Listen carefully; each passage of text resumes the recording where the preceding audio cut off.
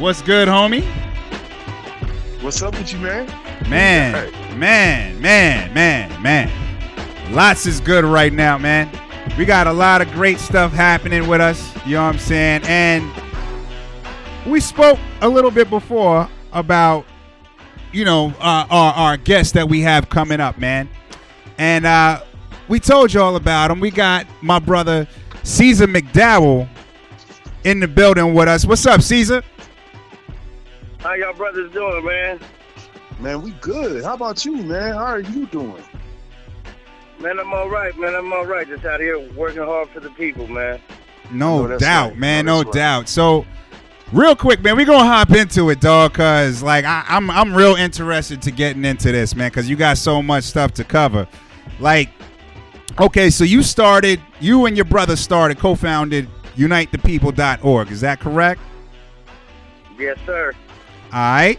So tell us a little bit about that organization and what it is that they do. Well, Unite the People is a nonprofit organization that promotes social justice as well as provides affordable legal services to the disadvantaged community, right? Mm-hmm. And when I say disadvantaged community, I want to clarify that because I say that sometimes I don't. But disadvantaged community, man, is our community, Black community, Hispanic community, any community that can't afford to pay a lawyer $20,000, $30,000, $40,000 for something that, doesn't take that much work, right? Well, what we did was we put together a law office. I mean, we have lawyers, we have a legal team, we have UCLA law students. They're in the office working for us, but we provide these services, man, to the community. I would prefer to just say that, but I want people to understand what we do. But that's what we do, man. We when it's a single mom and her husband's in prison, or they can't really afford to pay those fees, we feel that everybody should be able to have great legal representation, even though they don't have the big money. That's huge right there, man. I mean, not enough people even think of, prisoners or people that are, having issues with the law. You know what I'm saying? Let alone actually doing something to help people that are stuck in those situations. You know what I mean? Right. Well, we do a little bit of everything, man. We help. What prison work is called, prison legal work is called post-conviction, meaning after you were convicted, right? We do a lot of that. We've moved initiatives to the ballot to change the 3 strikes law here in California, which wasn't successful. It wasn't. They cut us short and told us to go again in 2020. Out of the blue, the government comes up with. They've had too many initiatives for that cycle, for that year, and we can just do it again in 2020. But in 2018, we were trying to change the 3 strikes law because here in California, a lot of the people are misinformed. They think the 3 strikes law is over. They changed a portion of it, a very small portion, and the voters thought it was over, and that's not true. There's still whopping brothers over the head with these disproportionate sentences and calling it 3 strikes. That's crazy. And just explain real quick, what's the my bad, go ahead, Jay. What's the but all right, so you weren't in the legal as far as a lawyer or anything like that. What was the spark that really, turned you around and made you say, okay, I got to do something about this? What was it? I'm gonna tell you what it was. Here you go. It was laying in my prison cell, watching the TV, watching how blatantly these cops kill the minority kids. Right? They kill the little black boys, and we can't do shit about. Can I cuss on here? Yeah, you got it. You got it, dog. It's hip hop, son. Hell yeah. This is our show. All right. Well, that's what I'm talking about. But they killing us out in the streets, man. and we can't do nothing about it. We can't do nothing but riot or rally and tear up our own neighborhoods because we can't afford to get to the white folks' neighborhood. And if we did, if They're gonna stop us before we get there. they're gonna gun us down. We all saw the young black woman out on what was that? That wasn't Cleveland. I forgot where she was. I'm thinking Cleveland for some reason. Texas, Sandra Bland. It was the little sister that put it down. She had got the march, everything going, and you know they was out there really at war with the police, which I don't suggest we do, but unless they keep killing our babies. But anyway, at one point, man, sitting in your cell, watching that. Me, I don't like a bully. I've never liked a bully. The only thing in the world I hate, I say the word hate with, is a bully. If you know what I mean, you know you can whoop somebody. There's no reason bullying those people. And the police bully blacks, Hispanics, and broke people because they know you don't have the lawyers to do nothing about it, right? And so they out there, they killing the babies. I was in San Quentin prison when I came up with the idea to start Unite the People. Wow. And originally, San Quentin, yes, sir. I did my last 10 years of my prison sentence at San Quentin. God damn. And that's the equivalent of Rikers Island on the West Coast. Yeah. Right. It's just a big old. It's I don't want. I want to say island. It's where death row is, where they kill the guys. You know, death row. Yeah, right. Death row was literally. I lived on the 5th tier of North Block, and death row was on the 6th floor. I was on the 5th floor. They was on the 6th floor. God. And that's where they killed them brothers. The Night Stalker, the Peterson guy, but wow. Yeah, but so watching that, man, just made me feel like they're just saying, you know, just fuck us. I saw one where it was on YouTube somewhere, where a father and a son was at a gas station. The father looked like he was on parole, right, or been to prison, right. You can tell, you can see a brother normally tell, okay, he been locked up. This guy looked like he been locked up before. No doubt. And he's with his son, and the cops pulled up on him and start beating the fuck out of the son. Out the son? And the dad out of the son. Oh, wow. I'm talking about the cops pull up, say something to son say something back, and I'm talking about they kicking him in the head, they slamming him on his face, they whooping this young boy, and the dad is standing right there and can't even jump in. You know what I mean? Yeah. Because he know he jump in, they gonna kill both of them. Yep.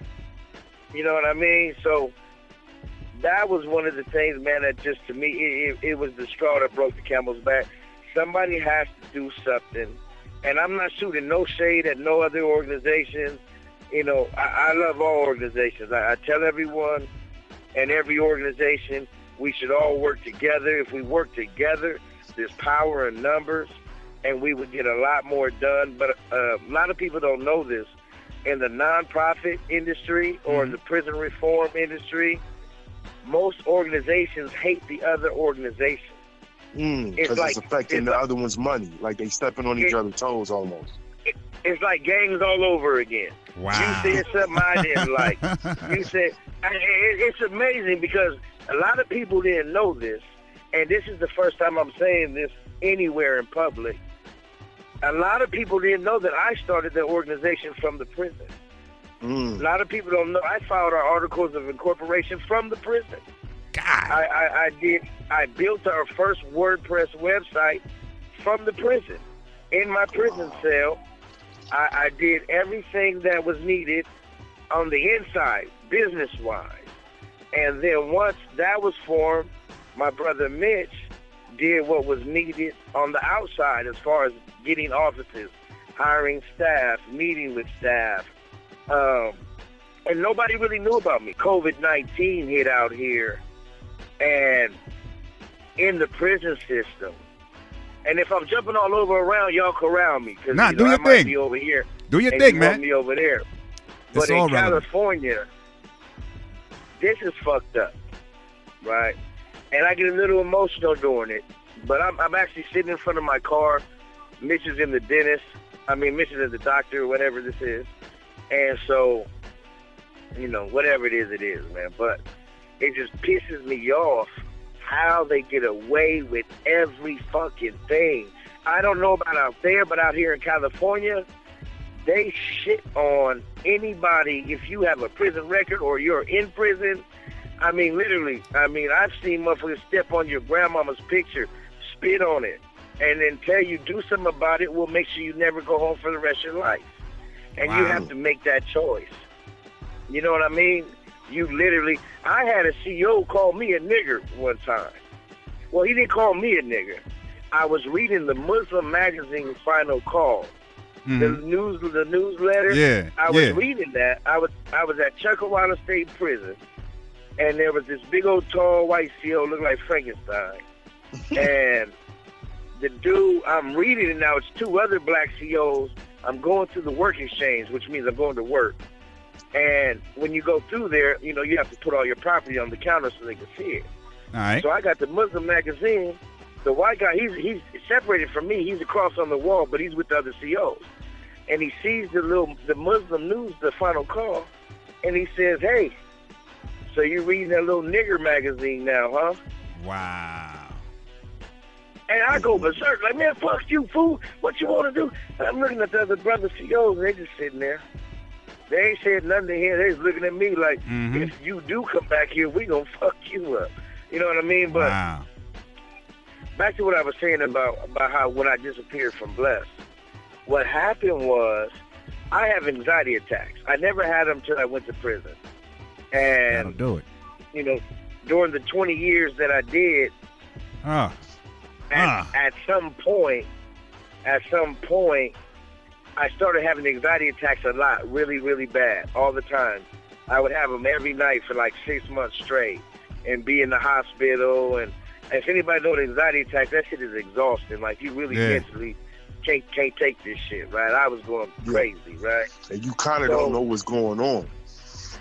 It's just a lot of life. Like, right. I got 6 kids. Only 3 of them speak to me now.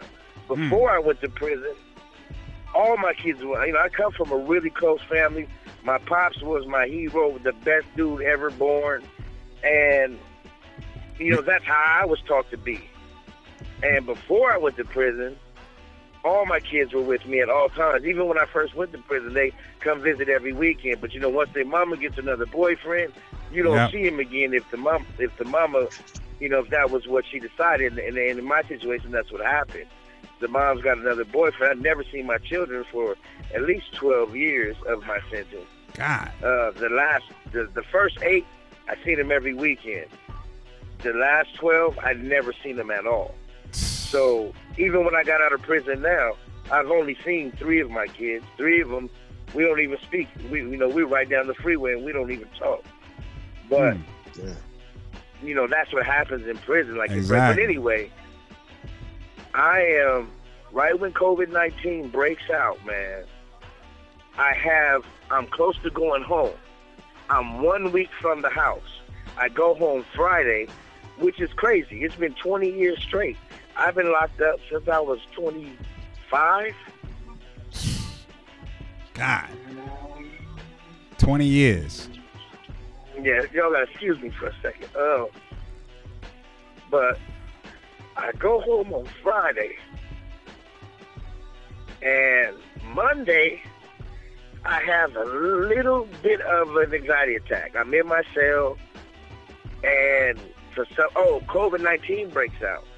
The dude on the left of me gets COVID-19. Now, our cells are literally, I can lay in my bed, put my arm and touch the wall next to me, lay my other arm out, touch the other wall next to me. The toilet's right behind my head.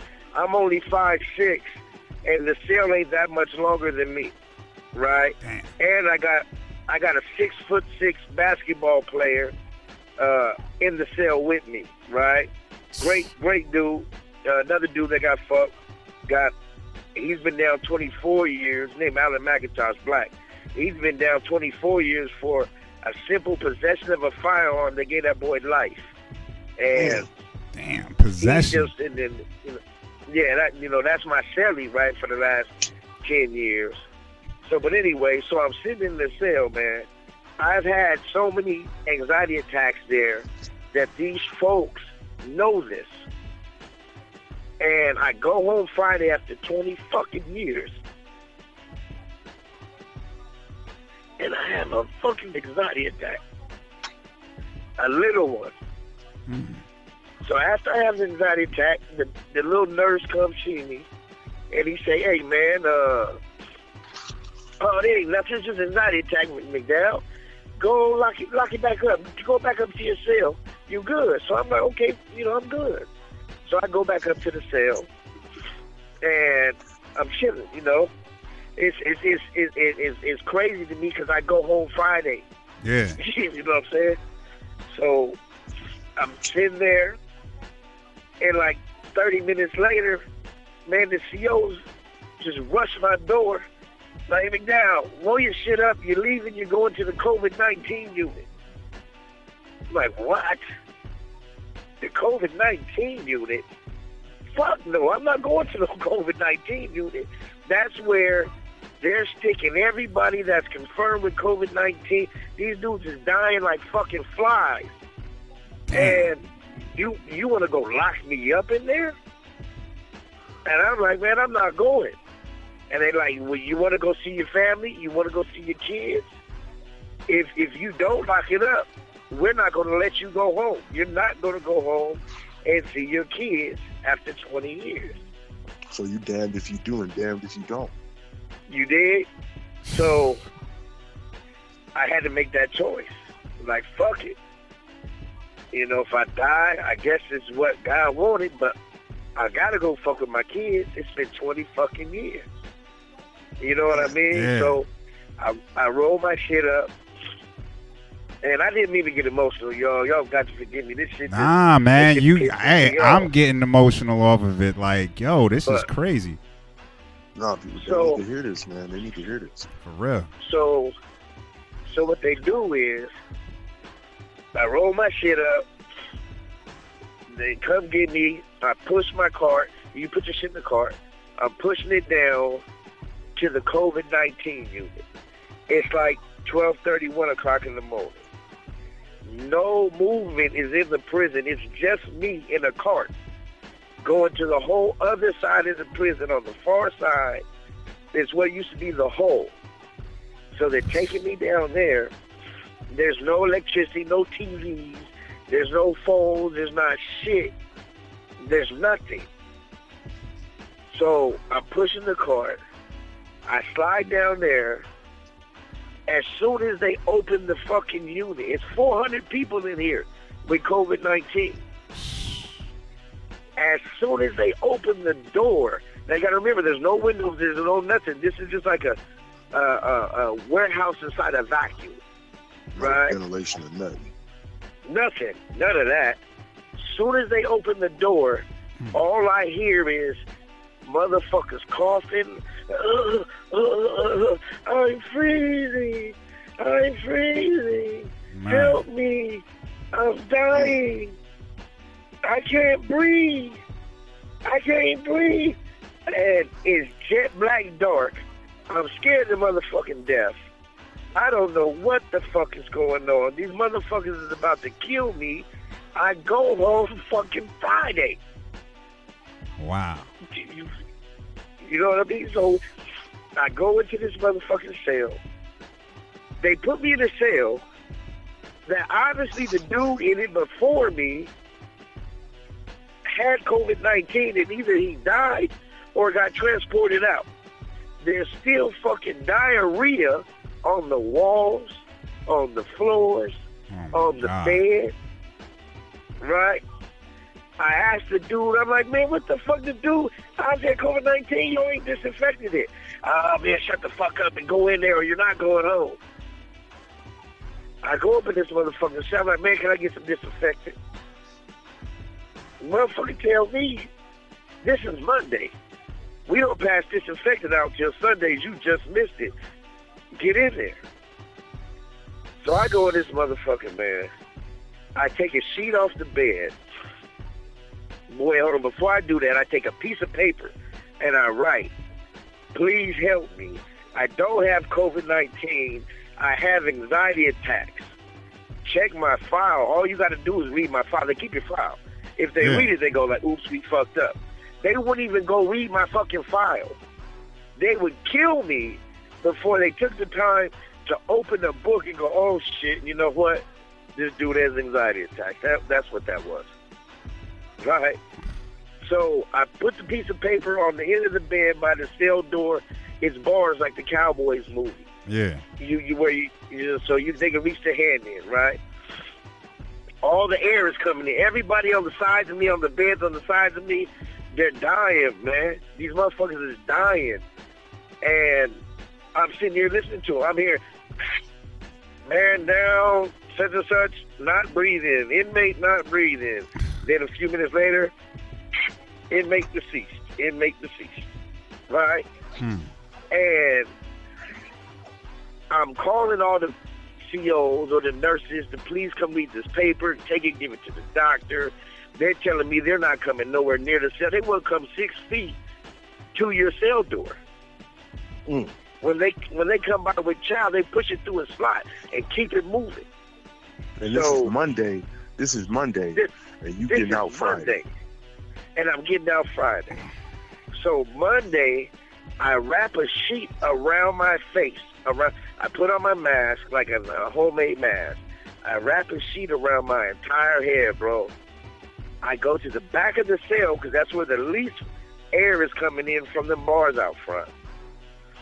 And I sit on the toilet from Monday to motherfucking Friday.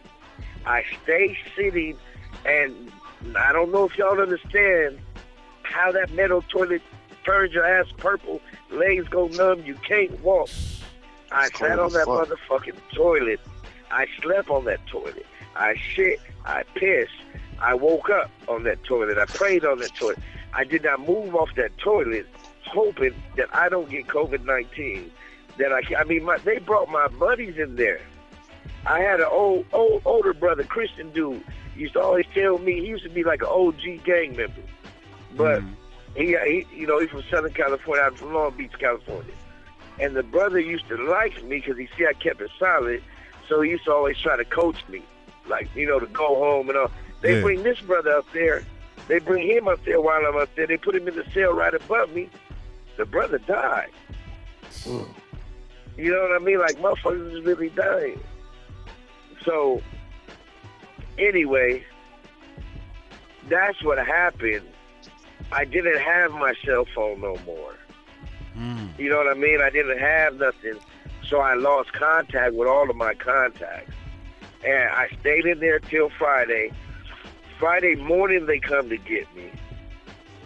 They tell me, man, you're going home. I'm like, thank you, Jesus. I get up out of there. I run to R&R. They tell me, you're the only one paroling today. They take your box. I should have knew some bullshit was about to happen. Oh, man. But it ain't over yet. But these motherfuckers tell me, you're the only one going home today, McDowell. Here's your shit. It's called dress outs. Yeah. You put on your clothes. Now, I've had the same pair of pants, one pair of pants for the last 10 years. I've never had more than one pair of pants for 10 years. These motherfuckers give me now, I got clothes to put on. They dump my clothes on the floor and say, put them on right now. Hurry up, let's go. And I'm like, damn, they sure being pushy for a motherfucker that's going home. You know what I mean? Yeah. So I'm halfway dressed. And they're like, come on, McDowell, let's go right now, get in the van. Let's go. I'm like, man, I ain't dressed. If you want to go home, you better come on. They use that as the carry. Yeah. So I'm hopping in one leg in the pants. I'm going towards the van, but when I'm going towards the van, I see the CO behind me putting on his black gloves. And that ain't nothing but a squad. That ain't nothing but a fight. So I'm turning, what the fuck? So I see him, and I turn, and I see the other CO. And I'm like, man, what's happening? They opened up this little, California got this shit where they've taken, you know how you travel with your pets on the airplane? Yeah. They've put that shit in the back of a car. It's like a dog carrier. They open the van and tell me to get into the dog carrier. I'm like, man, hold up. first off, I can't get into that doctor's orders because I have anxiety attacks. But my brother is outside. Mitch is outside the prison. He got the camera set up for the documentary. The people flew in from other states. Yeah. Everybody's waiting for me to come home. And these dudes tell me to get in the van. I'm like, man, my brother's at the front gate. I'm supposed to go to the front gate, sir. I'm paroling. And the motherfucker grabbed me like in a hammerlock. He throws me up against the truck. The other CO rushes me from behind. They're trying to stuff me into the little dog carrier. I'm in the craziest shit. I'm not the super political brother and all that shit. Yeah. But the most fucked up shit in the world, to me, while they was pushing me in this van, they're not as strong as me because I'm strong as an ox. I'm 5'6", probably 270 at the time, right? I'm strong as a bull. So they can't get me in this van. But subconsciously, man, I'm screaming like a fucking slave. I didn't even mean to say this. None of this shit, I swear to God. While they stuffing me in this van, I'm screaming. But I'm a free man. And these dudes is trying to buffalo me, so I don't understand. I'm like, man, what are y'all doing? You ain't got no family outside of McDowell. Get in the fucking van. I know Mitch is outside. If ain't nobody outside this motherfucking prison, Mitch is outside this prison. Yeah. Right? And they're like, no, he ain't. I'm like, all right, well, look, go call your boss. Call the sergeant. Ask the sergeant, is my brother outside? If he says no, I'll go. He goes, he comes back. Your brother ain't here. Nobody's here. Nobody fucking with you. Get in the van. I'm like, where you taking me? We're taking you to L.A. County. Like L.A. County jail. I'm like, you take me to L.A. County jail for what? I've been there 20 straight years. I can't have a crime. Yeah. What are you doing? Long story short, man, they tell me, they start rushing me again. I'm fighting them back. Not fighting back. I'm tussling back because I don't like what they're doing to me. Yeah. But I'm not resisting. You're not so fighting because you're not trying to create another charge, right? Right. So then I end up, something just tells me, because it was like a muggy day, something tells me like, Ceasar, stop, look around. So while they trying to muscle, they're weak as shit. But while they trying to muscle me, I'm looking around. There's nobody on the yard. There's no nothing. If any other CO peeks his head out of any of these buildings, he's going to say that I'm fucking these COs up. So I just stop. And I get in the fucking van. They tell me if I don't, I'm not going home after 20 years. I get in the fucking car with these dudes. They handcuff me and shackle me. I'm fucking free. I'm no longer ward of the state. They handcuff me. They shackle me. They throw me in the back of this shit. They take me for a fucking ride. Now, I'm in the back praying to God not to have an anxiety attack. And I'm pissed the fuck off. I'm going to be honest. Yeah. I'm pissed off because they dogged me, right? And I know, bro, I'm more mad that my brother's out there. And be like, Mitch is my bro. Mitch is going to go insane when he finds out that something done happened. Yeah. So I'm telling them, man, at least call my brother and tell my brother. So they call my brother. My brother's still standing outside the prison. Somebody came and told my brother, the CO lied to my brother, told my brother, oh, Ceasar got COVID-19. And he's been transferred to Oakland. None of this shit is real. What? They take me, man. Yeah, none of that shit is real. So he's fucked up in the head. He think I got COVID-19. And I talked to ones that was transporting me. I talked them into calling him. These motherfuckers took me right back. Now y'all gotta understand. I went to prison for cussing my ex-wife out. Oh, we gonna go into go into that in a second. I'll finish this story and then we gonna go into what all right. it was all about. I'm gonna stop this long ass story right now, but. Nah, it's not. Nah. I want you to tell this story, but we gonna go into what started the whole thing after. Right. What they do is they take me 1 block from where I caught my case and drop me off. They pull the van up They gave me a card with $200 on it and said, hey, you need to go to that hotel, stay there for 2 weeks. And after 2 weeks, then you can call your people and you're going to have to go to transit. What it is because they put me in that COVID-19 unit. Yeah. Now they got to cover their ass. Now they had to force me to quarantine. They couldn't let me out there with my people because they're lying and saying that I got COVID-19. They even lied to my parole officer and told my parole officer I got COVID-19. My parole officer, he came nowhere near me till after quarantine. And then he's like, man, you had COVID-19. No, I don't. Yes, you did. And he showed me the email. Look, man, they said you got. Then after I kept protesting it in the newspapers, I've done a few interviews about that. Like nothing about what I told y'all, but just about that COVID-19. And after those interviews started coming out, then they told the truth. Like, oh, he didn't have COVID-19, but now I'm already out. But they dropped me off 1 block where my parole paperwork says you are not allowed to go near this block. That's where they took me and paroled me to. Wow. They literally dropped me off 1 block away from the house that I'm not supposed to go back to. So they set you up for a violation. Oh, hell yeah. If I was stupid, I immediately got up out of there. I can't say no more on that because I'm supposed to have done 2 weeks wherever they said. But whatever. But you wasn't going to get me like that.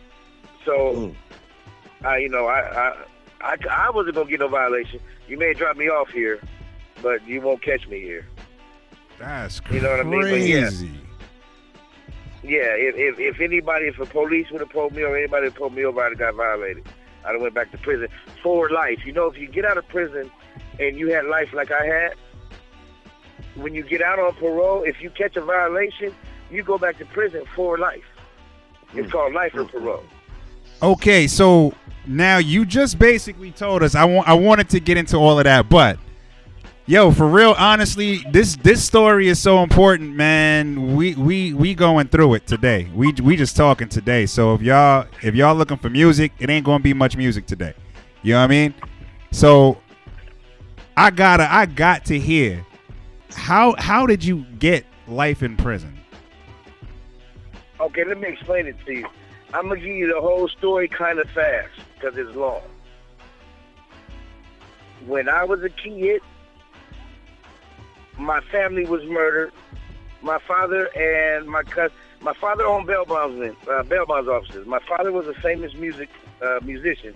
Name was General Kane. If you ever look him up or whatever, you'll see. He opened up family business, opened up bail bonds offices. I worked here at the bail bonds office. I got straight A's one night. My father called me and said, "Hey man, you got straight A's. You can take my car, take your little girlfriends out. I'm gonna cover your shift." And he went in. I worked a late night shift, 6 p.m., 2 a.m. He went in. He worked the shift, him and my cousin. It was me and my cousin's shift. I went and partied with the little girls that I was partying with. I called the office at midnight because the girls wanted to kick it with my cousin the next day. I called the office, tell my cousin, hey, look, these girls want to hang out with us the next day. I hear a bunch of people in the office laughing and playing after midnight, that normally don't happen. So I asked him what it was. He said, oh, we're doing that big bond. It's $1 million bond we've been working on. And I said, okay, well, let me get off the phone before my father, he was notorious for no matter what time. Who is that on the phone? Tell him to bring his ass to work.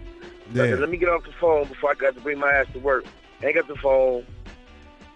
I get a call 4:30 in the morning.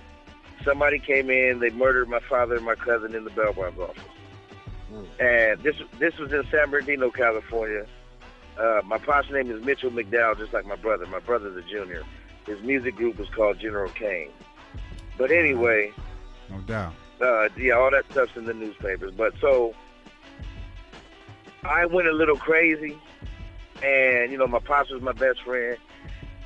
That if you know anything about bail bonds, if the bail bondsman dies, the state freezes everybody's bank account. Every bank account dealing with that office is frozen. All of our family's bank accounts were from that office. So we went from brothers with money to brothers with whatever was in your pocket when your daddy died. Yeah. So I'm living with my brother Mitch in a 7-bedroom house on the golf course in Rialto, California, with no lights, no electricity, no water, no food, no nothing. We sitting in the toilet, I shit, he shit, and we repeat. They're overflowing. And so I decided to go out, man, and I did some robberies. And I was going to take care of my brother. He had a niece there that what triggered me to do that was his oldest daughter, Lacey, is my niece. She was a baby in diapers. He asked me to babysit while he went looking for a job with his girlfriend. The baby screaming bloody murder. I know why the baby's screaming. The baby's screaming because she's starving. We ain't ate in like 3 days. None of us. So I just made my mind up. One of my pops, somebody owed my pops some money. He came and gave it to me. I turned on some electricity. I bought a few packs of chicken. The electricity was the most of the money. Bought a few packs of chicken. We starving. So I just made my mind up that I saw the movie Point Break, and I was going to copy them dudes. Keanu Reeves, Patrick Swayze, they lived on the beach carefree. Yep. They stayed away from the world. They never caught who murdered my family, so at that point, or not now either, but at that point, I was just staying away from everybody. So I started doing robberies and bringing the money home to take care of my brothers and my niece. Then I went to prison. I got out of prison. My brother and I opened up some bail bonds offices. It was in his name because I was a felon. I opened up a used car lot. I was on the PTA before I had kids now, while I was in prison. I was on the PTA. I was only like 24, 25 years old. I catch a violation, 9-month violation. I'm watching I'm watching somebody fight. I think it was Mike Tyson, somebody. We too loud. I go to jail.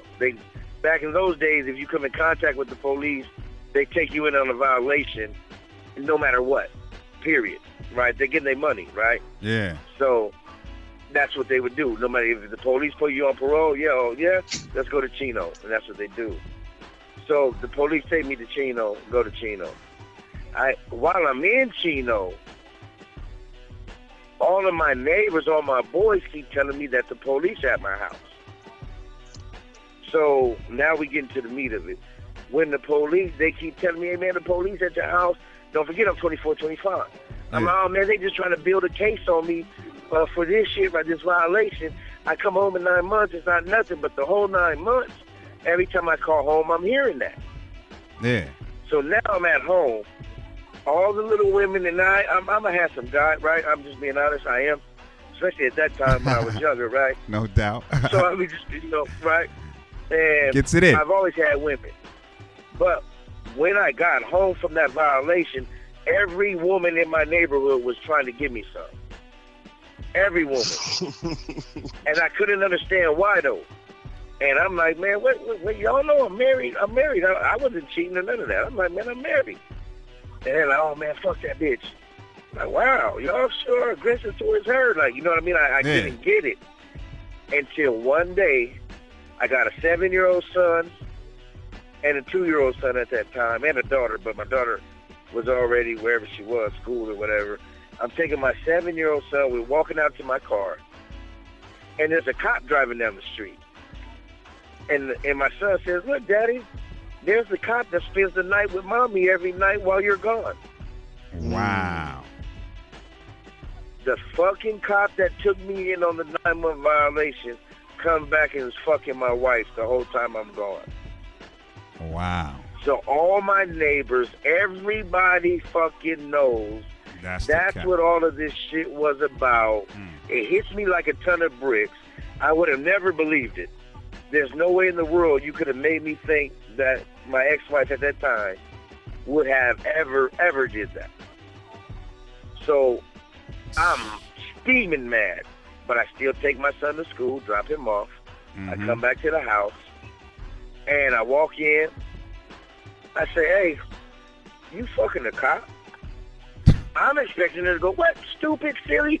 What do you mean? Oh, no. She just looked at me with the deer in the headlights stare. I went from 0 to 100. I'm fucking irate. I start throwing shit around the house, but I don't touch her. I don't kick her. I don't scratch her. I don't throw nothing at her.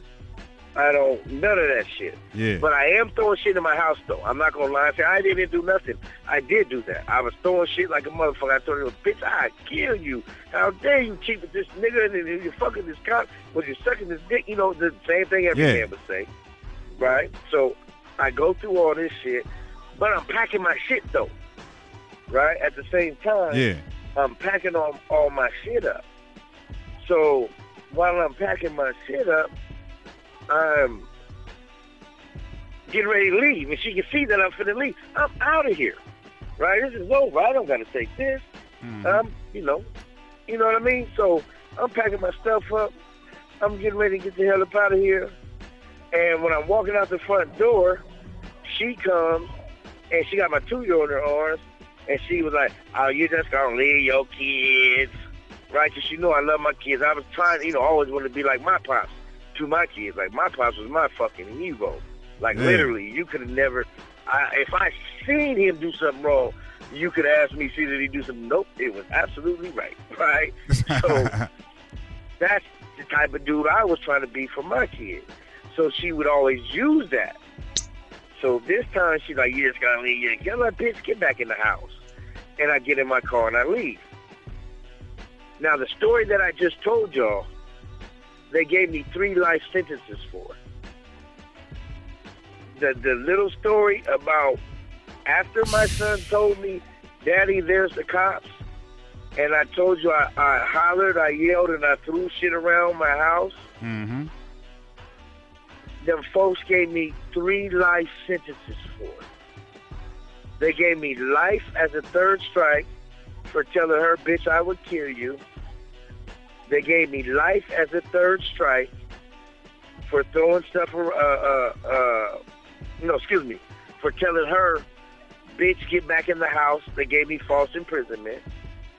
They gave me life 3rd strike for arguing in front of my 2-year-old.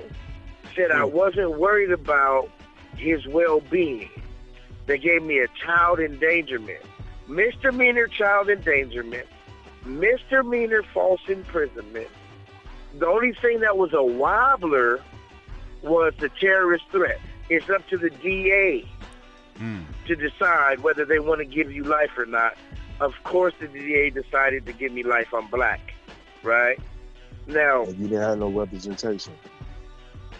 I had the best representation in that city Wow. at that time. Really? But watch this.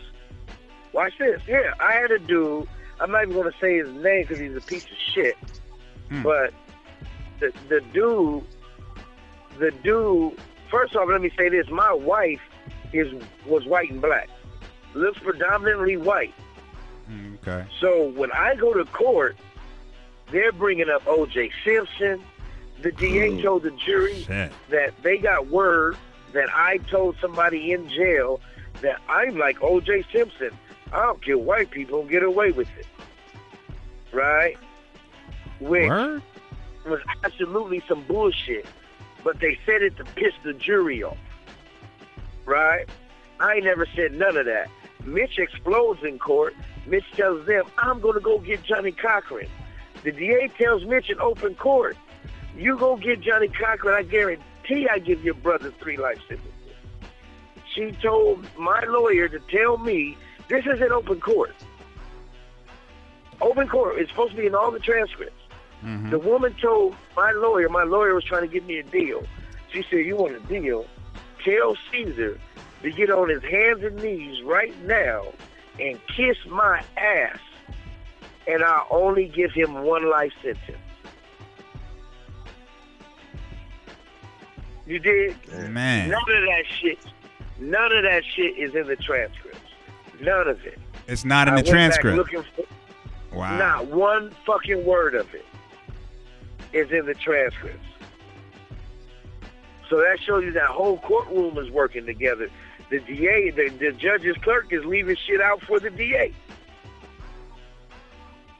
And before people think, You know what I'm saying? Because I know there's a lot of people that think, oh, that's some conspiracy shit and this, that, and the other. It really ain't that deep. These are people that eat lunch together, that know each other's kids, and you know what I mean? So it ain't that hard for them to do stuff like that. But go ahead, my bad. You know what's crazy? I used to think there was an old pimp dude, an old crazy brother. I forgot his name, that used to be in the county jail with us. And he used to always say, they taking stuff out of y'all's transcripts. The clerks is not writing everything. And we used to always tell him, man, shut up, man. Shut, y'all ain't listening. Y'all stupid. They ain't putting everything in the, man, shut up. We used to think he was crazy. We used to always tell him, shut up. Every time he shut up. We don't want to hear your conspiracy theories. Man, that brother was 100% right and was trying to tell us that. And nobody ever paid attention. Like, nobody. And then, I mean, but they worked so cold. The city I went to court in was called Riverside, California. And y'all on the East Coast. I don't know if y'all have one real racist town that everybody knows is racist as hell. That's a bunch of them. Okay, well, we got one that they can say those type things in court and not even worry about getting in trouble for it. It's the good old boys. Oh, yeah, Atlanta. You know what I mean? Georgia got plenty of those. Right. Okay, well, Riverside, California is one of those. It's one of the ones where they'll hang a brother from a tree and that wouldn't be a big uproar. That would be like, oh, fuck, they did that. You see what I'm saying? Yeah. You know what I mean? So that's just something that Riverside's a cold spot. My brother paid the top-notch lawyer like $40,000, at $39,000 at first, and another $49,000, and we were kids. We were broke. Mitch had money. I didn't have a nickel, and you know, he didn't have that much, but he was giving it all up for me. Yeah. And this lawyer, man, I think the lawyer, I was the last case that this lawyer had, right? And we did not bring up one witness on my behalf. I had a whole courtroom full of teachers, neighbors, everybody to tell them, like, look, this dude, I used to be out in the neighborhoods. I was young then, but I was still the same me. I used to be out telling the kids, like, black and Hispanic killing each other out here is huge, right? The Mexicans and the blacks kill each other all the time, like, and I used to be telling them, like, man, that's just some bullshit. You two, like, you know, I in the community, you know, y'all were just playing football together last year. We all used to come out here. I used to go when I was 24 or whatever age I was. On the weekends, since I had boys, I would go out and start a community football game every weekend, or water fights, and, you know, water balloon fights, or basketball. I put 2 rims down in the alley, and we'd all play. And I did this every weekend because I had kids. So these parents are coming out. I was on the PTA at 24. What 24 do you know who's on the PTA? I'm assistant coach in the Riverside Rams football team. Really, I mean, I'm helping my son play. So I'm there every day. I'm doing, at 24, you don't get that. So these parents were coming to testify on my behalf. And my lawyer tells me, you know what? I think you won the case. I think if you put anybody else up on that stand, they're going to cross them up and make them look stupid, which is going to make you look stupid, and you're going to get convicted. And so I didn't do it. I agreed with him, like, okay, let's do it. And later on, now that I'm older, the DA side brought up 20 fucking witnesses. Why would my side not bring up one?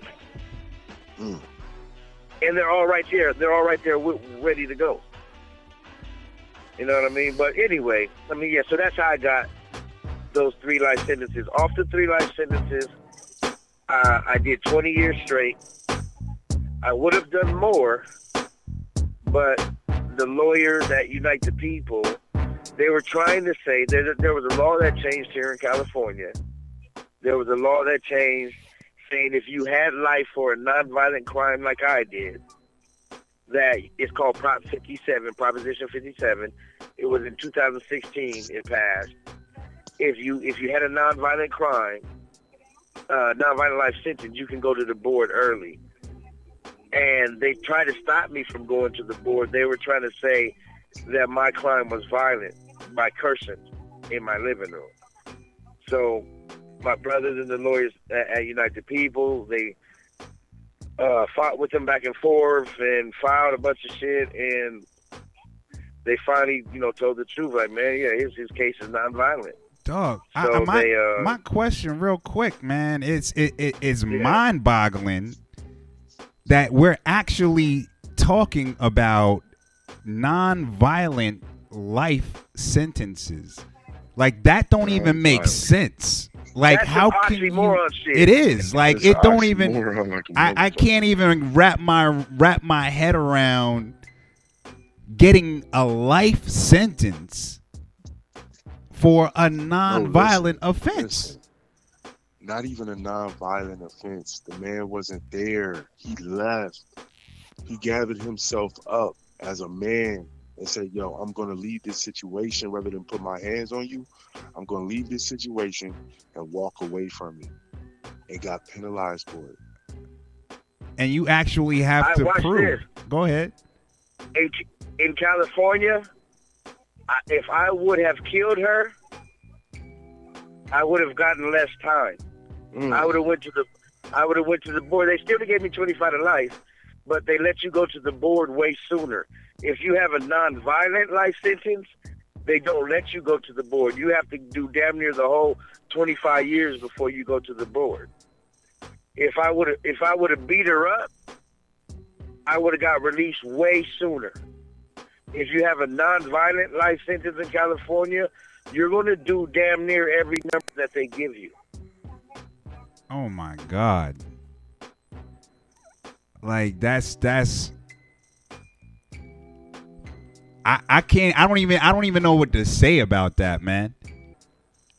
We know that the purpose they have, disproportionate amounts of blacks in prison, they have the whole private prison system. And prisons actually make money by how many prisoners they hold. Is that right or wrong? You know what I'm saying? You can tell me more than you know what I'm saying? Absolutely. I can break it down by the numbers for you. In California gets paid $87,000 per head per year. Wow. At any given time, there's between 120 and 140,000 dudes in prison here in California. Now, they also get paid that money for the guys that they're shipping out of state. California is using other states to ship guys to go to prison, right? Mm-hmm. So it's a hustle to them. It's a business. That judge didn't see me as a 20-year-old kid. He saw me as a dollar. It's a dollar amount. Yeah, who's out here working every day on the PGA, obviously very family orientated. You dig what I'm saying? And let's take it a step further. I don't mean to cut you off, Caesar. But Go let's ahead, take brother, it a step further. If you had been a drug dealer, okay, they wouldn't hit you with none of that. You know what I mean? No. If you had been somebody that's destroying the community versus somebody that was uplifting and doing that at such an early age, they wouldn't have did that to you. I believe. I'm not saying that's true, but I believe that. Man, I'm going to tell you what a lot of it's about, right? A lot of this was about hurrying up and covering up for that cop because that cop was married. And the cops, by rule, in their rules, the cops ain't supposed to be out fucking no married woman. Dude was at my house while he was on shift. Later on I hear, his car's in my driveway. Wow. He had him come and pound my car. I had a truck outside Suburban, and he called the impound and took my car away. I'd never seen my Suburban again. And a lot of that shit, later on I find out when dude was married, I could have filed a civil suit on him. And, they don't want a civil suit. But a lot of it's about money, man. It's strictly numbers, right? If I just have to get down to it, they don't give a fuck about Ceasar McDowell or whoever the hell. As long as they can lock you up and get you under their paperwork, they can control that money.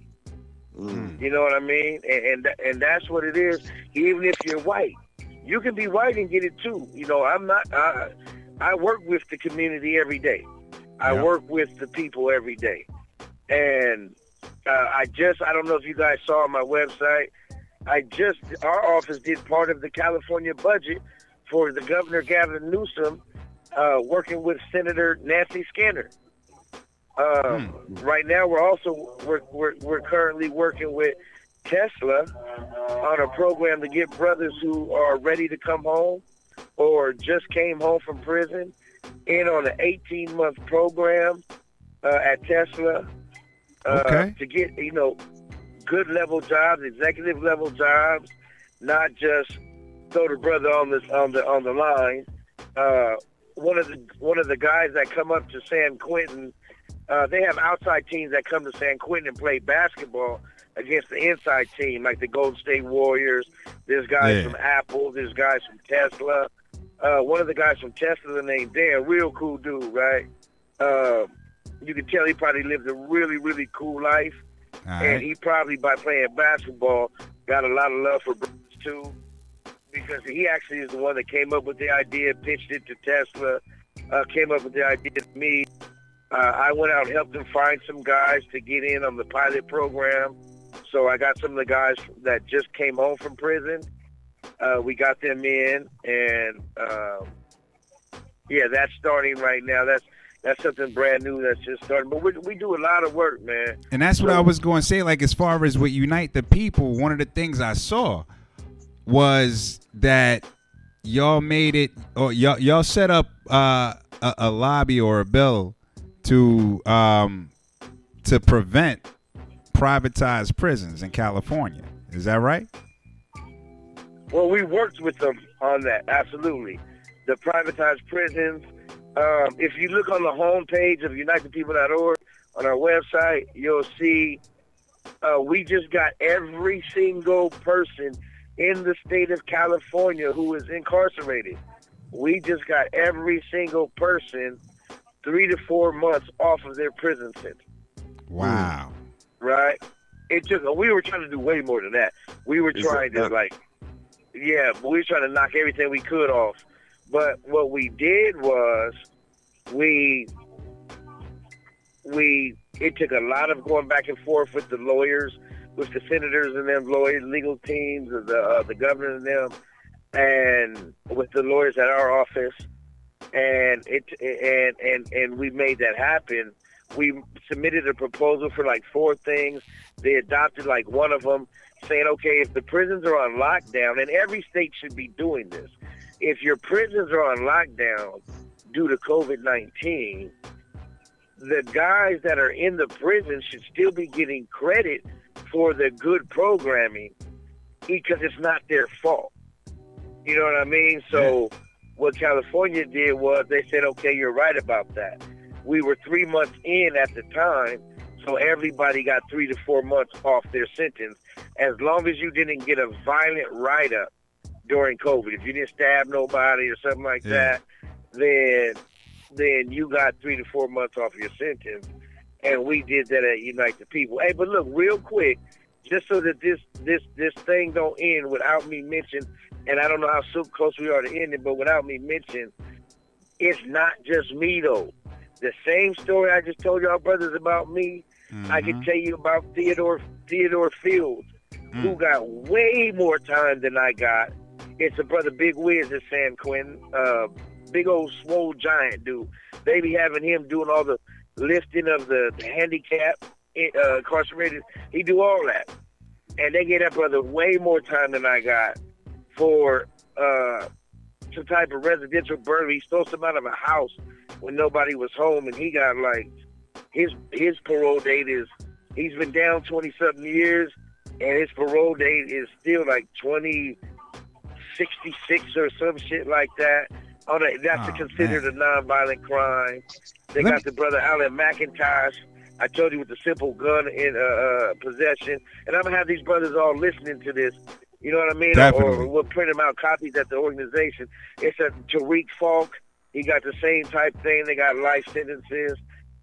They even got some brothers that don't have misdemeanors. They got a brother named Rasan Thomas. If you Google him, he's all over the news and the media because he has a podcast coming out of the prison called Ear Hustle that he works on. But somebody was robbing this brother, and he's from New York, right? His name is New York, Rasan Thomas. Uh-huh. He was out doing some wrong. He was middleman in the deal. Some brothers out here, I guess, decided to rob the brother and the woman he was middleman in the deal. They pull out guns and start shooting. He shoots back. The two brothers out here die, and they give that brother life. You know, and I understand there was some shooting and all that, but this dude has been in there working with kids. He's been in there. I mean, like, a lot of people are rehabilitating themselves, and they're not getting credit for it.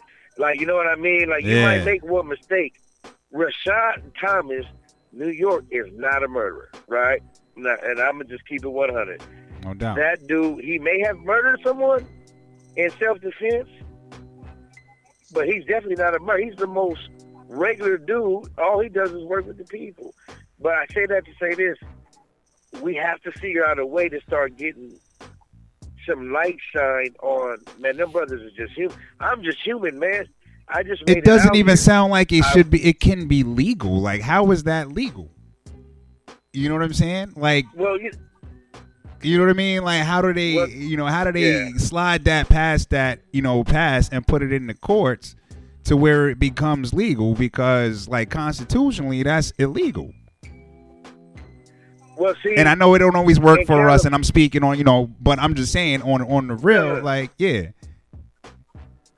Well, see, California, first they had that no self-defense law, where if you kill him, you kill him. I don't care if he's trying to kill you. Oh, then, wow. Then they changed it, but they still whooping. If they can lock you up, you going to jail. Period. Hey, let me ask you this. I'm on the UnitedPeople.org right now. Yes, sir. What is? I'm the handsome bald head guy. I'm the CEO. The bald head guy. Yeah. I kind of peeped that. The voice fit the image. And so what's the in the gang and gun enhancements? What is that about? I'm glad you asked that. That right now, we're about to launch that. We're about a week away from launching that campaign to end the gang and gun enhancement laws here in California. Now, we have quite a few people working with us on it. I've been talking with Tiffany Haddish every day on it. Tiffany Haddish is the most down-to-earth A-list celebrity that I possibly know. I mean, I can call Tiffany right now. She's going to ask her, what's up, big head? And she's going into clowning, and she's cool as hell. Tom Sizemore, the actor from Platoon and Heat, Casino and all that, he's working with us. Tory Lanez has been working with us now for going on about 2 years. Wow. And here in California, they have a thing called gang and gun enhancement. And the gang and gun enhancement is so fucked up. The way California is getting their money is this right now. They know the public is hating on this 3-strike law. They ain't liking that. They're chipping away at it. Every time it's being voted on, it's passing. But nobody's ever said just get rid of it altogether. They're taking pieces, right? No doubt. So what California did, they implemented the thing that Joe Biden, and this may not be popular. I was going to ask you about it, but go ahead. With his sorry ass, he wrote the enhancement laws that got all these brothers out here locked up for all these years, more than what they did. This is what an enhancement law is. All right. Let's say I'm driving down the street. The police pulled me over. I got a gun on me. That's 3 years. That's 1 to 3 years in prison, right? All right. But now they can say, well, if you've ever been in trouble in your past, little black boy or little Mexican boy, if you've ever been in trouble in your past, we now can add on 5, 10, 15, 20, 25, or life to your sentence, plus that 1 to 3 years. So you're going to get that 1 to 3 years for carrying that gun. And you're also going to get that 5, 10, 15, 20, 25, or life as extras because we fucking can. Right? So 80% of California's prison population right now has some form of fucking enhancement. You dig what I'm saying? Think about that. Yeah. 80% of the 120 to 140,000 people in prison here have some form of enhancement. So they're making a fucking killing. Who's in the game? Who they charging with these guns? Little blacks and little Hispanics and broke whites.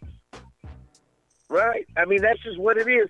I can say it more politically correct, I'm sure. And I'm sure later people are going to tell me well, you could have said, but I'm just going to say it how it is. That's how I know how to do it. The little black boys and Mexicans and the broke white folks. We can all get it, and they giving it to us. But they're doing it so cold. If you Google Los Angeles County Police under investigation for wrongfully giving guys gang enhancements or even the gun enhancements, what they do is this. I'm in court right now. Let's say you're in court, Bless. You're in court because you got caught driving drunk. You finna get a year in the county or whatever. They're going to go on your Facebook page, and they're going to look at every one of your Facebook pictures. And if anybody is in a gang in your Facebook pictures, or they have a red hat, or a blue hat, or a jersey, a football or a basketball, whatever it may be, if they got it on, the DA is going to bring that picture to court and say, Bless, we're going to give you 1 to 3 years for that drunk driving, but we're also going to add on either 5, 10, 15, 20, 25, or life. We're going to give you life, Bless, because you got a fucking picture on Facebook with a dude with red or blue on. You're associated with a gang. You're a fucking gang member now, Bless. Man. Because of that, now, come on, man. How fucked up is that? That's, yo. You know what I mean? This is crazy, dog. This is crazy. And it sounds like I'm making some shit up, right? I mean, like, it don't even make sense. But go ahead. I got all the facts. I got all the facts to back this shit up. If anybody questions anything that I said, I have the clients right now that have already sent their stories in to us, and we're going to be sharing those stories during the campaign. We got one lady named Jacqueline. Well, I don't know if I can say her name. Well, she don't care. But there's a lady named Jacqueline, because she's an older sister. She ain't no joke. All right. She's named Jacqueline. She got a son. It's all public information, named Chanel Billups. They did him so cold. The gang police, not the gang police as police and gangs. You know, California police have their own gangs. Yeah. Like, there's literally, I can tell you every name of every gang, from the Jump Out Boys to the Cowboys to whatever. Those are the police's gangs inside the police department. They jump out, one of the Jump Out Boys, who has shot 4 people, 4 unarmed blacks in the last 7 months, pulls up on this lady's son, shoots him 4 times in his back. God. He don't have no weapon. Plants a weapon on this boy, right? And then sends him to jail and gives him a fucking gun enhancement.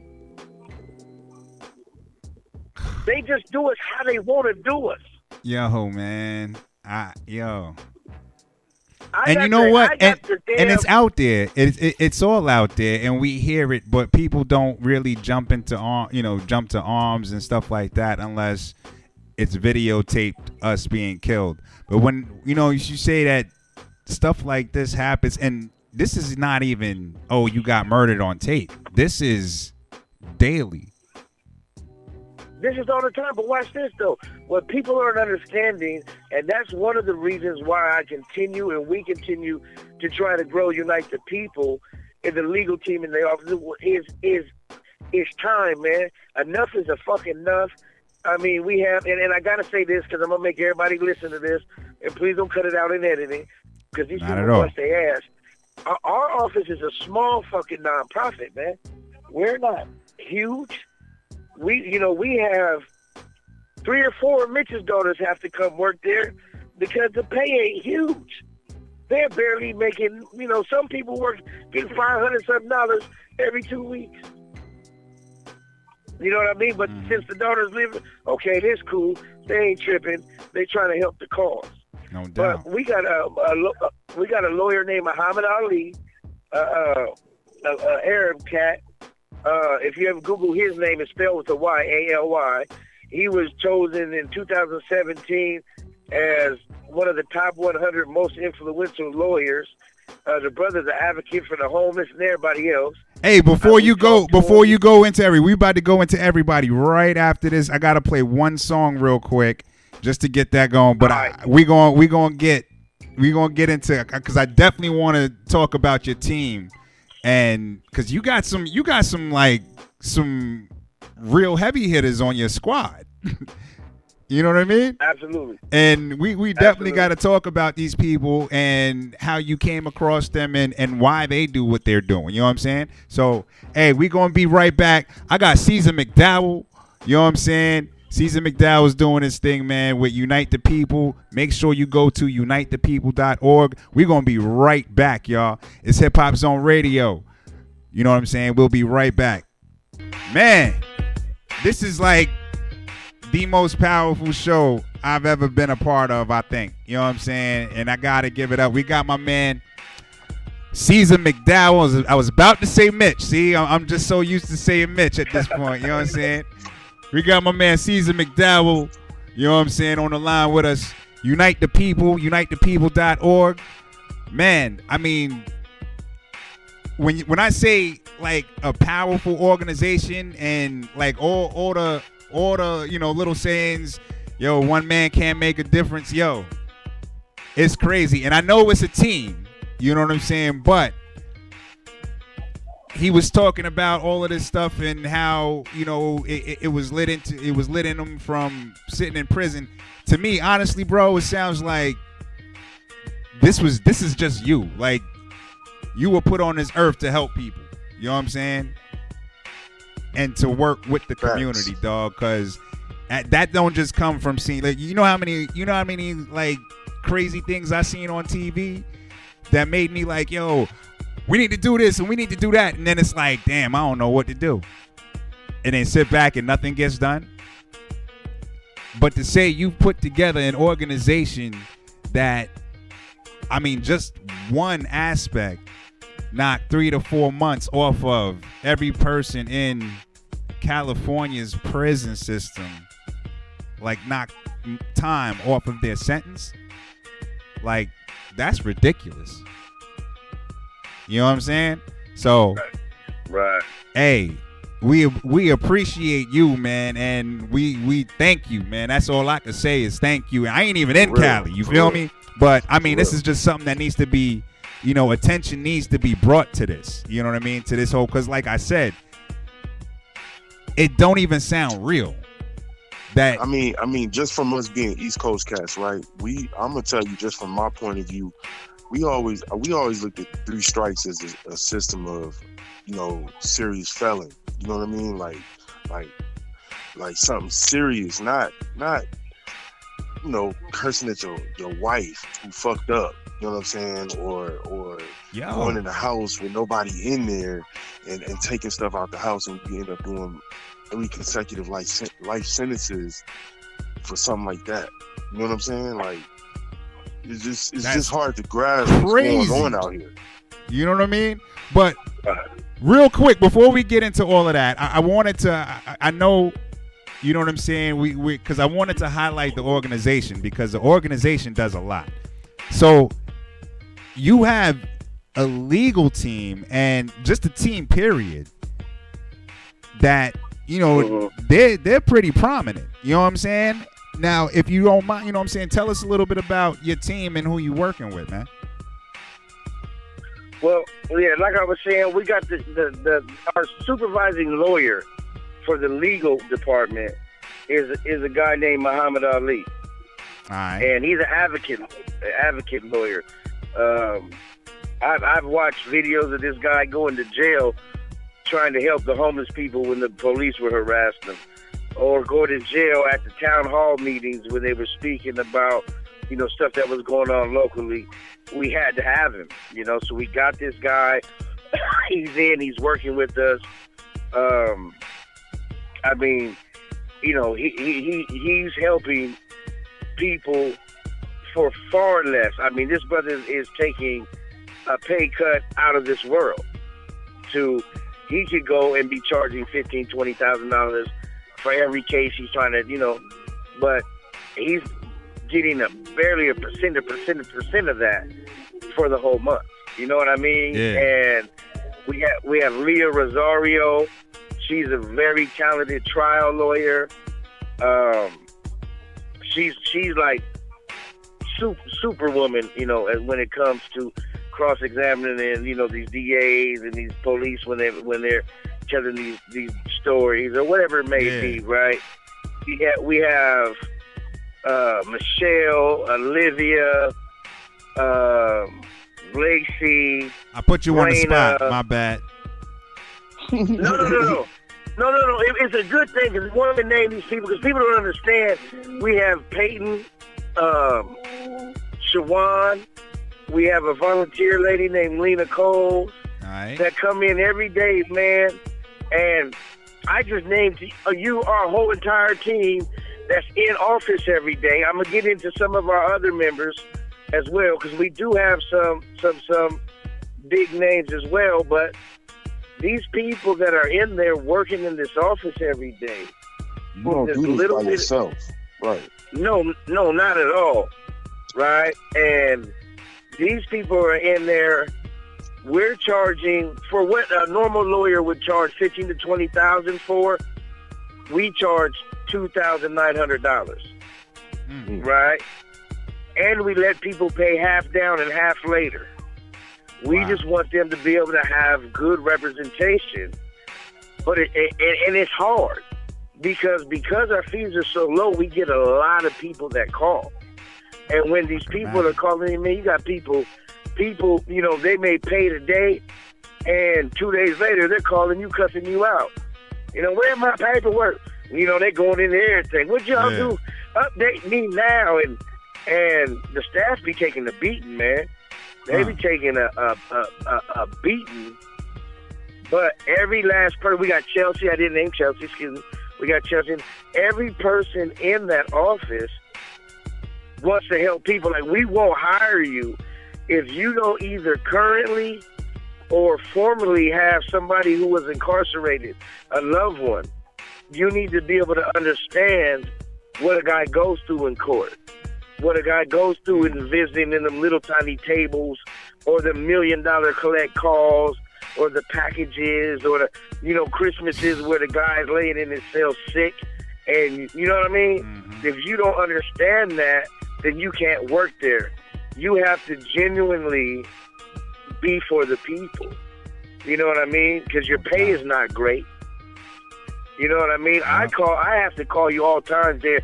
We have clients that call me at midnight. They call 1 a.m. I'm sorry for calling so late, but I want to know this or I want to know that. And, you just help the people, man. So we have those people in office. My brother Mitch, who while I was in prison held it down. It was a lot to hold down while Mitch shoots films for a living. So he's trying to shoot these films and feed himself and his family and do the work that I'm trying to do to help make my dream of helping the people a reality. So he busts his ass, to help make this happen, man. But we also got, since we got up and rolling, we've been working with a lot of senators. We have one lady who volunteers with us who is running for council of Compton. Matter of fact, it was her son that was shot with the gun planted on him with the police, a lady named Jacqueline. We have a lot of people that are coming in. We have the chief of staff for Senator Nancy Skinner, who used to work with the Department of Justice. He used to work with the governor's office. I mean, this guy has done everything. I've missed a million things because I'm not from the website. No but doubt. this guy named Marvin Dion, he's worked with every head of state you could possibly think of, and he's on our advisory board. Tory Lanez, the entertainer, is on our advisory board. He's the one that started off the initiating. Unite the People has never, ever gotten one grant. We have never gotten a dollar from nowhere else. This was me and Mitch. We put all of our money, everything we had saved up, we put in to start the organization. And Tory understood that, and he gave us some money. I'm not going to say how much, but he donated some money to help with the gang and gun enhancement campaign that we're about to launch to change the gang and gun enhancement law here in California. Now, and Bless, you was saying that it was me. I tell everybody it was God, brother, because I swear to you, every time something needs to happen in order for us to further the organization to help people more, it happens. It just comes to me. Like, literally, somebody will call me and say, I'll be sitting there like, man, we need this bad. How am I going to do it? I promise you, within 48 hours, somebody calls, and I haven't told nobody, and somebody says, hey, guess what? I know somebody over here that got this, and they want to, you know what I mean? They want to do this with you. They want to do that. But besides Tory putting in that money for that campaign, it's been just us. We got a guy named John Williams who does A&R for DJ Mustard. This guy, he's the secretary of our organization. That guy's been working with us for 5 years. He has never, ever, not once received one nickel from the organization. Not one nickel. And the guy still works with us to help the people, man. John Williams is a great dude. We got a guy named Angelo Weldon. You guys may have heard of him. He has an organization called the Weldon Project. Okay. And he was incarcerated in Utah. They gave him like 55 years for a small amount of weed. And Alicia Keys and Barack Obama and that guy, I think it's Congressman Lee or Senator Lee or Congressman something. He's a real liberal that is normally against us. Him, Obama, and Alicia Keys got this guy. They pushed a big campaign, Change.org and all that, got this guy out of prison. Now he works to get other people out of prison. He just helped get Loon out of prison. As a matter of fact, we're working on getting a guy named Speedy, Tremel Williams.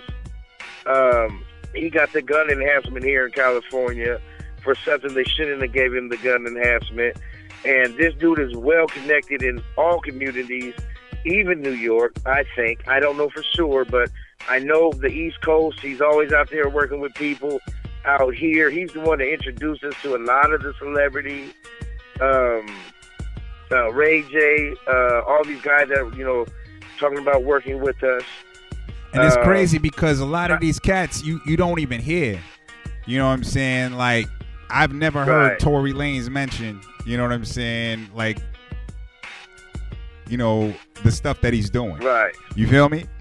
And he's never talked about it. And that's a good thing, though. That's exactly. a good thing. When the brother's being talked about through other people about the good things that he's doing, word up, versus the negative things is a real big up. That's a real big up. Yeah. No doubt.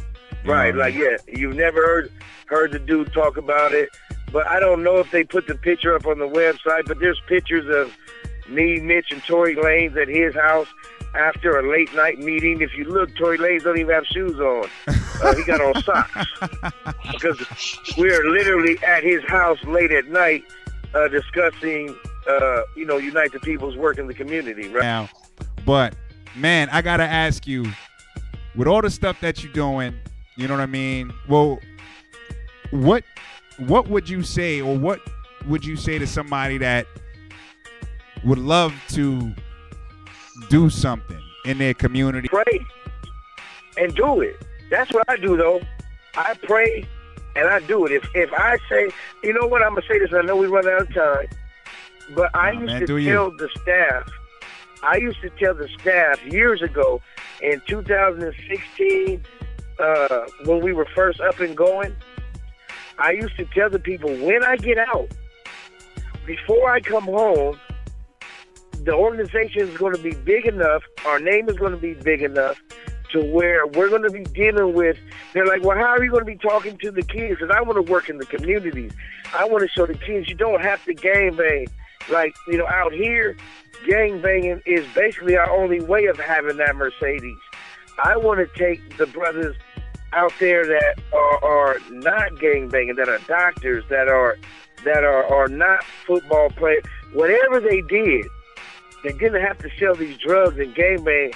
And you don't have to kill Tyrone, because when your mama got out of high school, she moved on 1st Street. Tyrone's mama moved on 2nd Street. That don't make Tyrone our enemy. I want to take them and show them and to have these events in the communities and have these panels to where it's regular brothers that can get out, man, in these communities. They can see, oh, man, dude's just as cool as a rapper. I mean, as a drug dealer. He got just as many girls or whatever it is that floats their boat. But he was able to do this without doing something illegal, man. If you just put your mind to it and say, I'm going to do it, I honestly think that plus the work ethic plus God did it, because that's what I said. I told everyone, this is God's engineering. I'm just going to keep pushing and pushing until he tell me I'm done. And that's what I do. I told them when I get out, there's going to be entertainers. There's going to be rappers. They're going to put me on their platforms so that I can speak to the people and tell the people about one thing that Unite the People is going to be. Within the next 12 months, we are going to move to another state. We're going to try to keep expanding. We want 2 Unite the Peoples in every state. And we want to create a platform for the people to where when anything's going wrong, when they kill a little black kid, with a little kid, period, and we can ride and rally, but let's have somebody where we can hold them accountable.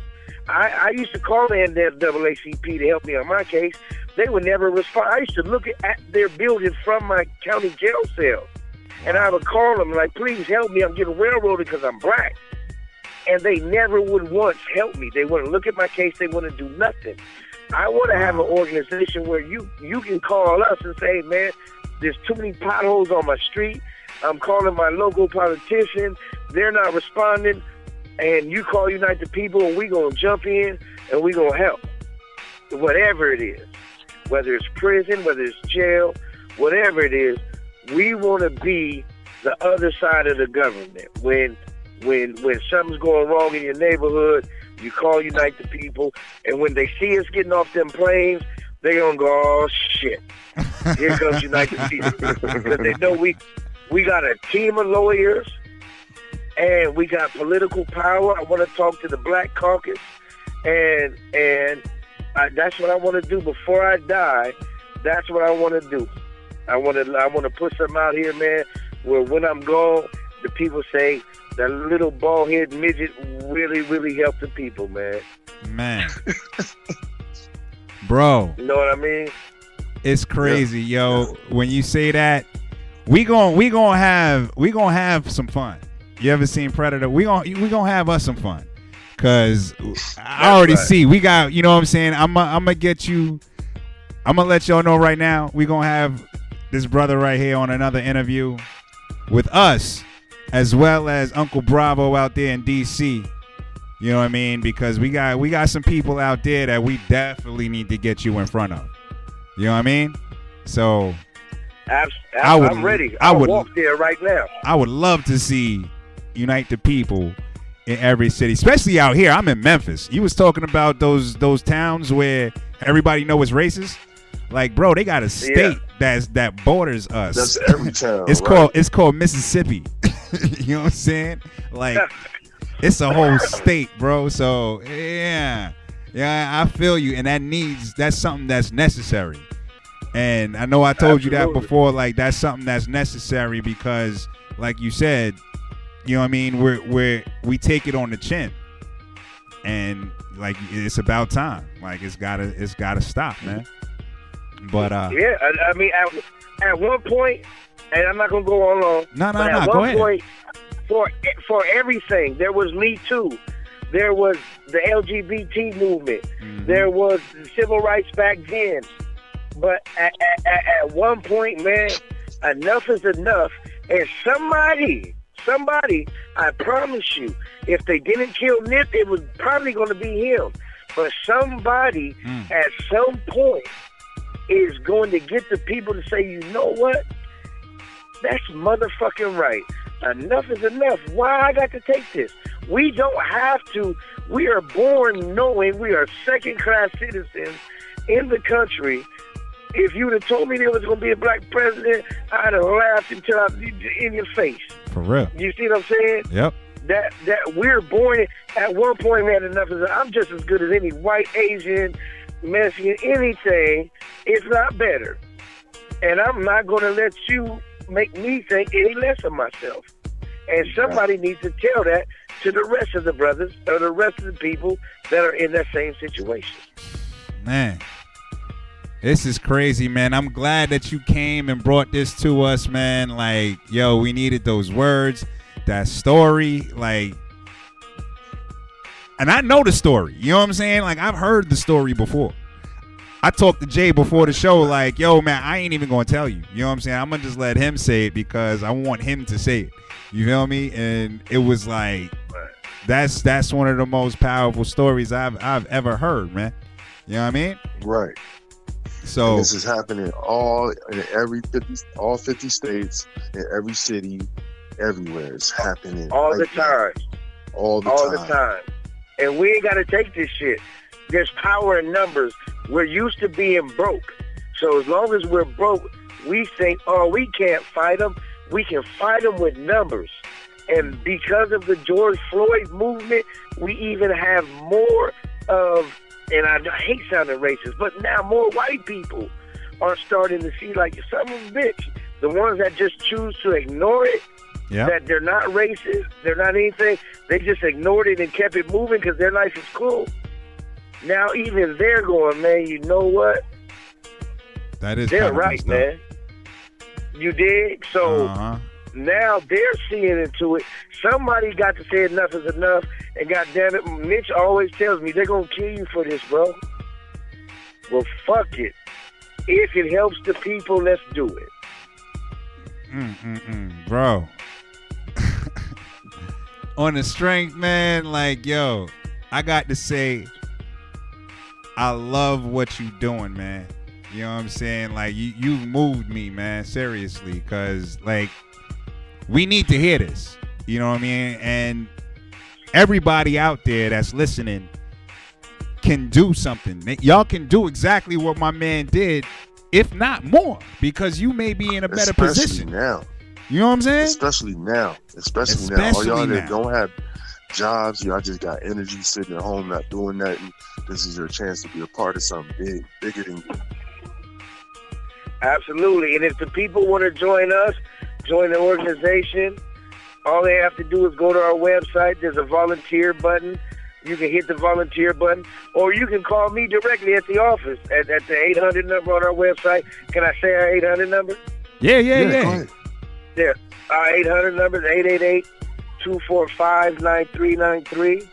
You can call there. My exact extension is 101, straight to my desk. You want to get involved, you want to help out in any way. A lot of people don't have time, they're too busy. You want to donate? Great. If you want to donate, that number one more time. It's 888-245-9393. That's 888-245-9393. No doubt. Right, and reach out, man. And I want to tell y'all brothers, Mitch just came and got in the car with me. He's here now, but I wanted to tell y'all brothers, thank you, man. I definitely, I appreciate y'all. We appreciate y'all for even doing these radio shows and letting us get into other people's homes, into their ears, cars, phones, that, you know, we may not have been able to get into otherwise. So, you know, we would like to say thank you to y'all brothers too. Hey, man. Oh, man. Thank you, dog. And I told you, this ain't gonna be the last interview, bro. You know what I'm saying? We got to get this out. You know what I mean? So plan on many more. Plan on some stuff that we got planned for you. You know what I mean? Because I got to get this message out. And like I said, man, I'm not normally speechless, man. You know what I mean? I talk a lot of shit. This is what I do. You know what I mean? And like, this whole joint is just be like, go ahead. No, go ahead, bro. No, go ahead, talk. You know what I'm saying? Because I can't even add to what you're saying. Like, everything that you're saying is so deep and so poignant and just so, like, just on point. You know what I mean? Like, if this doesn't move you, man, I don't know what does. You know what I mean? So make sure you check out unitethepeople.org. And how can someone help if they not in California? The same way I just said, man. We're looking to come into like I said, we're looking to expand into every state. But if you want to help the organization grow, they want to donate, they can go on our website, hit the donate button. Mm-hmm. If that's not it, and they want to try to volunteer some time or something like that, whatever it may be, man, call me directly at that 800 number, that 888-245-9393. Hit my extension 101. You'll either catch me or Mitch. And what about? And you know, it's social media too. You got to get a social media out too. Yeah, we're like what they do. We're on our Instagram, Unite the People USA, the Facebook, Unite the People USA. All right. Mitch had an idea. Hey, but here's Mitch real fast. He had an idea. I just got in the car, guys. You guys ready to start over? Go ahead, Mitch.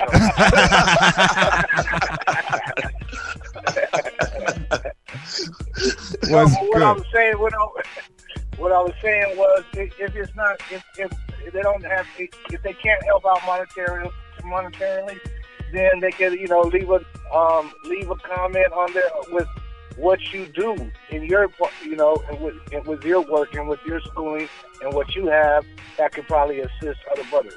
No doubt. That's right. Okay. That's what's up. Because you can help. You can do something.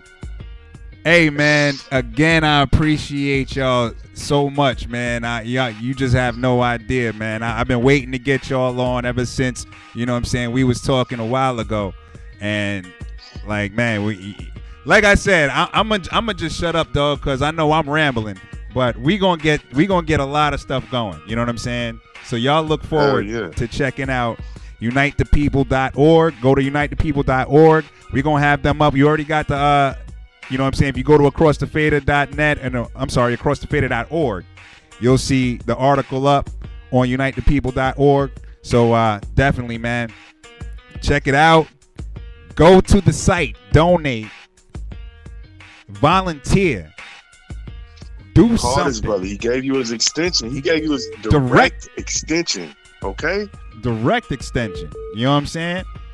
And like I said, these cats, you can do anything. You know what I mean? You can do something. Yo, Mitch, you there? Yeah, we here. Okay. Hey, Bless over here sounding like Kevin Garnett. Anything's possible. Anything's possible. You know what I'm saying? You got me hyped right now, son. You got me hyped, like, yo. If you knit sweaters, we can put them out to the homeless people. It Hey. doesn't matter what you do. Hey, speaking of that real fast, we're going to be in Compton, California on the 19th of December, passing out blankets, jackets, socks, I think it was, and toys to the homeless and to the veterans. And if people want, they can go on our website at unitethepeople.org. Our address is right there. if they want to send some of those items, we're going to be out there working in the community, passing those things out. It just don't stop, man. It don't stop, huh? Hey, would they be able to send it? Because we got worldwide fans. So would they be able to send it and mail some, mail some clothes? Yeah. Whatever they need to do. They can mail some clothes, socks, beanies, jackets, most wanted. Even sleeping bags, whatever it may be. Whatever a person can afford to send, they can send it.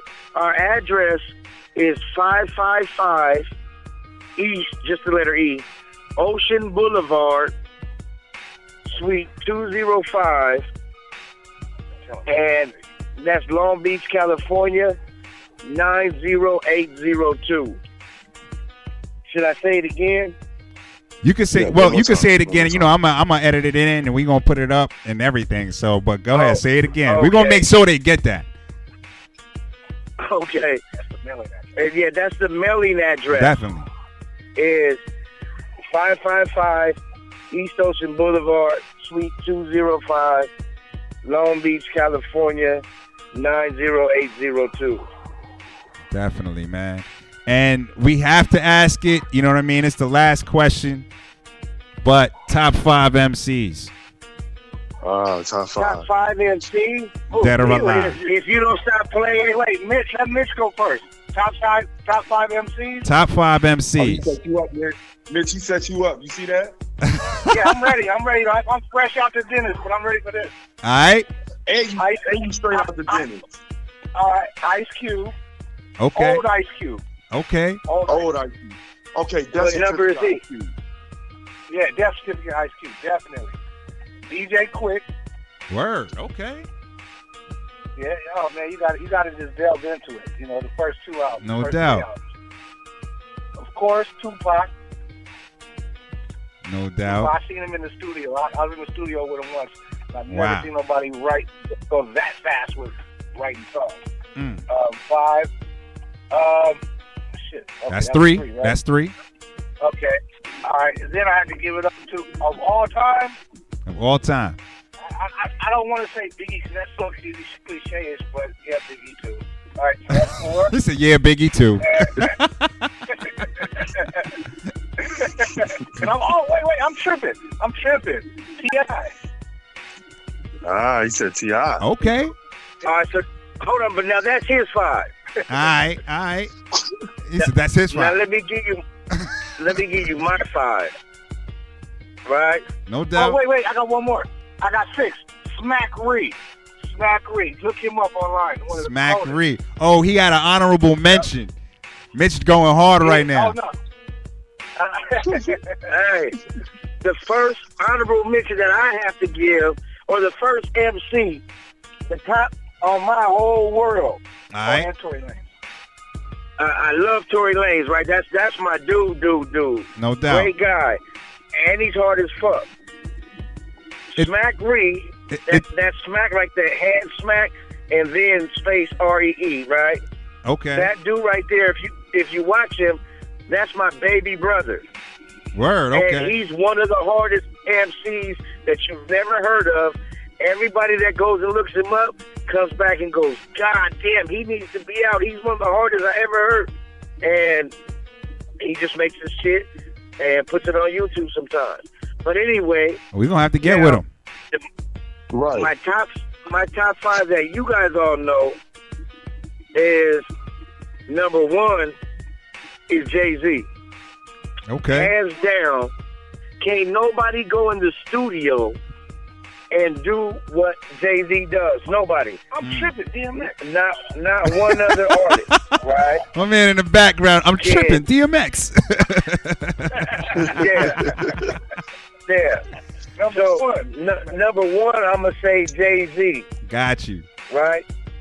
Because lyrically, what he say, we would still be saying bitch without him, or calling women bitches without, whatever, right? All right. Dude is hard as hell. Right? Then you got to go, I would go liking MCs, I would say Tupac. Lyrically, MCs, I would have to say Rakim. Right? Okay. Then his top 5 is kind of hard. It's not better than mine. Yeah, so we say Jay-Z, Rakim. Lyrically, you got to put Eminem in. If you don't, you're just a racist. Talk to Jay on that joint. Well, I'm a racist then, huh? Yeah, I know. But I'm just saying, though, come on, man. Didn't nobody have metaphors like that dude? We got the argument all the time. Hold on now. They kept us out of music for how long? I'm keeping him out of our top 5. All right. So then KRS-One will murder him. Then I'm going to say, no, he's nuts.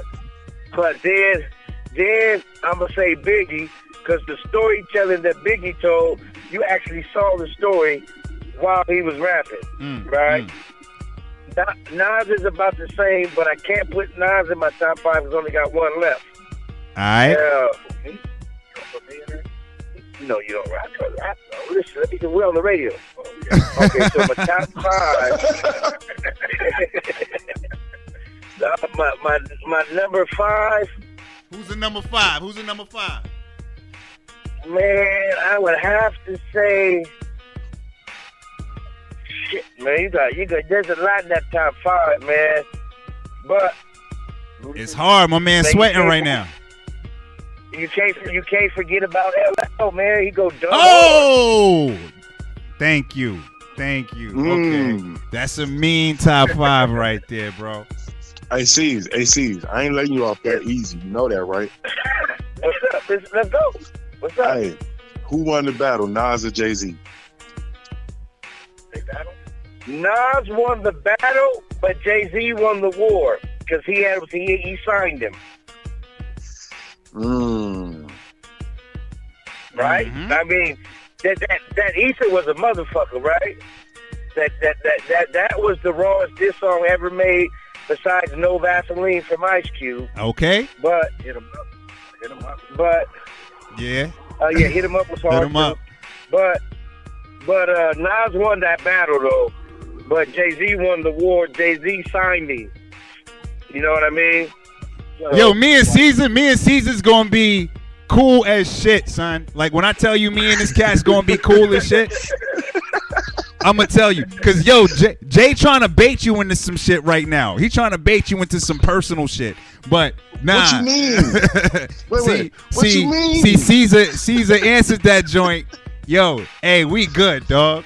You know what I'm saying? Hey, he answered it perfectly. That was a perfect man, answer. What? I bow down. I cannot say nothing. You were right about that. All right. He won on the paper side. He won on the paper side. I give him that. Jay-Z won. He won in the books. Okay. All right. Yo. But man, hey, we gotta roll, man. And when I tell you, it was a pleasure having both of y'all on. It was great to get Mitch on too, man. And we gonna have both of y'all on. You know what I mean? And you know what I mean? Get the video in. We gonna talk to y'all for real, and we gonna set some real stuff up. Hey Mitch, I know your pain, brother. I just went to the dentist too, man. I'm feeling you, bro. I'm feeling you, all right? My upper lip is on my lap. Oh man. He over there like, Jay-Z the top 5.